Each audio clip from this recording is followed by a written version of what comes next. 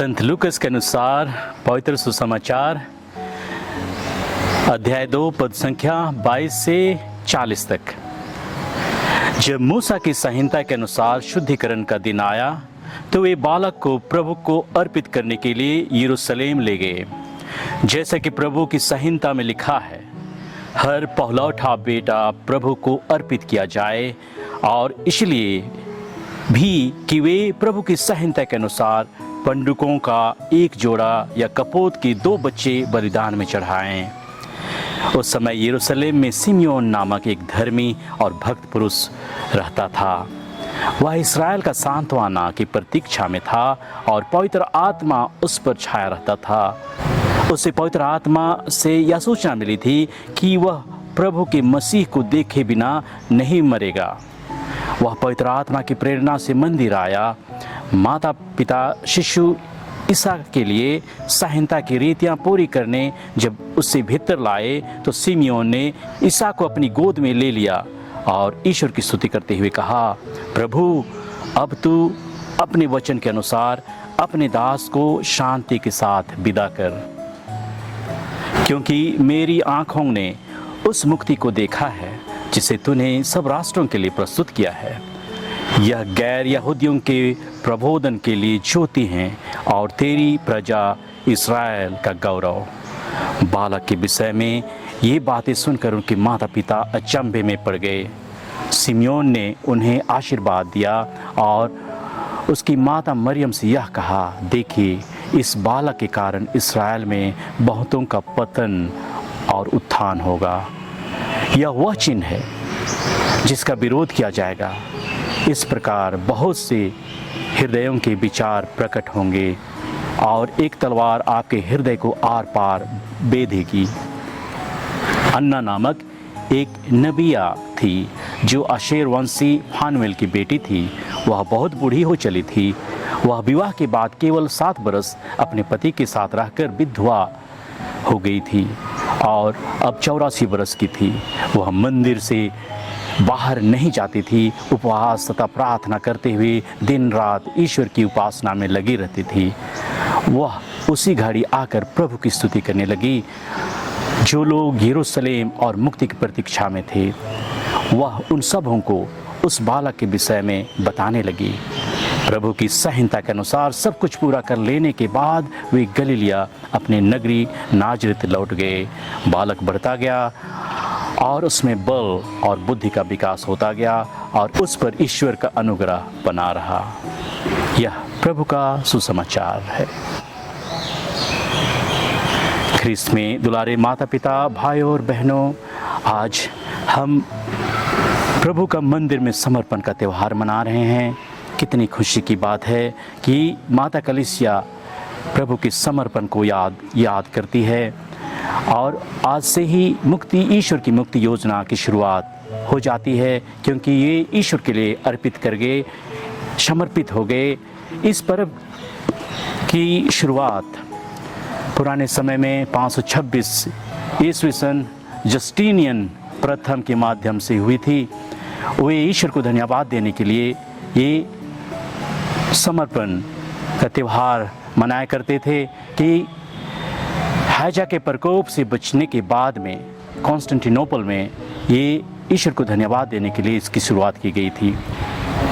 8वीं शताब्दी में पोप सर्जियस के द्वारा भी अपने पुरोहितों और अन्य धर्मी व्यक्तियों के द्वारा मोमबत्ती की शोभा यात्रा की शुरुआत की गई थी, जिससे कि वे प्रकट कर सकें ख्रिस्त ही दुनिया की ज्योति हैं। आज का ये तीनों पाठ हमें याद दिलाता है कि यीशु के माता पिता मूसा की संहिता के अनुसार बखूबी से 40 दिनों के बाद बालक को समर्पण करने के लिए लाते हैं और अपने साधारण तरीके से, सरल तरीके से 2 पंडुकों का जोड़ा उपहार के रूप में मंदिर में समर्पण करते हैं, देते हैं मंदिर को, और प्रभु यीशु ख्रिस्त को भी चढ़ा देते हैं। आज हम नबी सिमियोन और नबिया अन्ना की भविष्यवाणी, उनके मुक्तिदाता की आने की खुशी और आशा से भरपूर पाते हैं कि वे उनके हृदयों में खुशी, उनके हृदयों में वो मुक्तिदाता की जो प्रतीक्षा वे कर रहे थे वो सफल होती है। आज के पहले पाठ में नबी मलाकी के ग्रंथ से लिया गया है। उसमें कहा गया है, परमेश्वर कहता है, देखो मैं अपना अग्रदूत भेजूंगा जिससे वह मेरे लिए मार्ग तैयार करे। वह सोनार की आग की तरह, चांदी को गलाने वाले आग की तरह और धोबी की खार की तरह लोगों का शोधन करेंगे, लोगों को मुक्ति योजना में लाएंगे। ऐसे भविष्यवाणी हम देखते हैं आज के पहले पाठ में नबी मलाकी के ग्रंथ से। आज के दूसरे पाठ में इब्रानियों के नाम संत पौलुस के पत्र में ये कहा गया है कि यीशु हम सबों को अपनाए और हमारी तरह ही मानव बन करके मृत्यु और शैतान पर विजय प्राप्त किए हैं।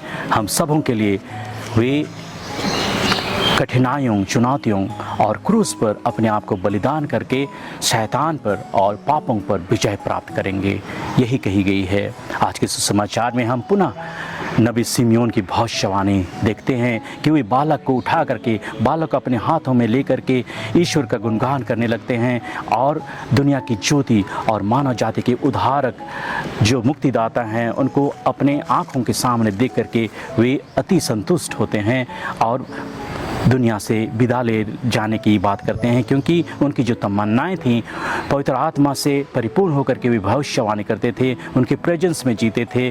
वो धर्मी व्यक्ति की खुशी की सीमा नहीं रही, वे बहुत खुशी से गदगद हो जाते हैं और माता मरियम को ये कह बैठते हैं कि ये बालक जो है बहुतों के लिए उद्धार, बहुतों के लिए पतन और आपके हृदय को एक तलवार आर पार छेदेगी, ऐसे भविष्यवाणी करके अचंभे में माता मरियम और जोसेफ को लगा कर देते हैं। दूसरी तरफ धर्मी महिला अन्ना जो चुपचाप पूरे तन मन से अपनी पूरी शक्ति से ईश्वर की आराधना और उपासना में लगी रहती हैं, प्रतीक्षा करती रहती हैं कि एक मुक्तिदाता आएंगे और दुनिया का उद्धार करेंगे, और उसको खुशी की सीमा नहीं रहती है। वे बताने जाती हैं, स्तुति प्रार्थना प्रशंसा करने लगती हैं।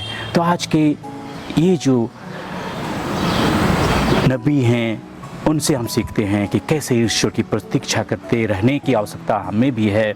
जोसेफ और मरियम जो अपने साधारण जीवन के द्वारा हमें आकर्षित करते हैं कि वे मूसा की संहिता का पालन करते हैं, 2 पंडुकों का जोड़ा दान में देते हैं, वे ईश्वर को अर्पित कर देते हैं कि ये बालक जो कि वो मुक्तिदाता हैं, जो कि उद्धारक बनेंगे, दुनिया के उद्धारक बनेंगे और ईश्वर की योजना की शुरुआत मंदिर में समर्पण से शुरू हो जाती है। तो आज के ये तीनों पाठों से हमें ये संदेश मिलता है, ये शिक्षा हम ले सकते हैं कि ईश्वर की इच्छाओं के प्रति समर्पित जीवन, ईश्वर की इच्छा को जानना, पहचानना।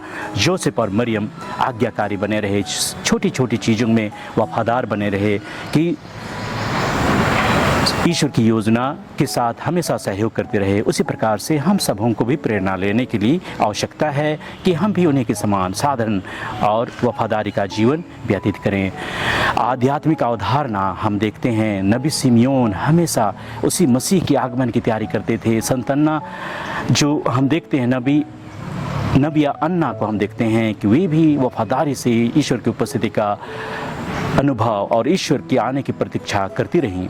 उनसे हम सीख सकते हैं कैसे हम अपने आध्यात्मिक जीवन में ईश्वर की उपस्थिति का अनुभव करें। आगे हम देखते हैं विश्वास और भरोसा, प्रतीक्षा जो करते हैं, ईश्वर की योजनाओं को प्रस्फुटित होते देखते हैं, वे पूरा जरूर होंगी। ईश्वर की योजनाएं अपने समय पर अपने ढंग से जरूर खरा उतरेंगी, क्योंकि ईश्वर अपने जो व्रत लिए हैं उनको पूरा करके ही रहते हैं। इसलिए ईश्वर को पहचानने की आवश्यकता है।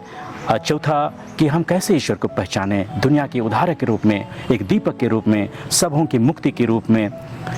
वे सबका उद्धार करने के लिए आए, ना सिर्फ इस्राएल के लिए आए लेकिन पूरी मानव जाति, गैर यहूदियों के लिए, सबके लिए उद्धारक बन करके आए। उसको पहचानने की आवश्यकता है। चुनौतियों को धैर्यपूर्वक निर्वाह करने की आज आवश्यकता है। नबी सिमयोन के जीवन में, अन्ना के जीवन में बहुत कठिनाइयाँ आई, बहुत दिन तक इंतजार करते रहे, लेकिन उनके जीवन में हम देखते हैं कि वे धर्मी, आज्ञाकारी, प्रार्थना में खुशी, धैर्यवान, सरल, वफादार बने रहे। ऐसे गुणों को हमें भी अपनाने की आवश्यकता है। हम कठिनाइयों का सामना उसी तरह से करते हैं और ईश्वर की योजनाओं को प्रस्फुटित होते देखते हैं। इसलिए आज हमें विशेष संदेश हम सबों के लिए मनन करने की आवश्यकता है कि कैसे इस नव्या अन्ना, प्रार्थना, उपासना, आराधना वफादार के साथ, इंतजार के साथ करती रहती थी। नबी सिमियोन जिस प्रकार से अपने प्रतीक्षा में पवित्र आत्मा से परिपूर्ण हो जाते थे, वैसे ही हमें ईश्वर के प्रति सजग रहने की आवश्यकता है और प्रार्थना, उपवास, परहेज के द्वारा अपनी आत्माओं की शुद्धिकरण, ईश्वर के साथ नज़दीकी संबंध बनाए रखने की आवश्यकता है। तो चलिए दुलारे माता पिता, भाइयों बहनों, हम ईश्वर की योजना को पहचानें।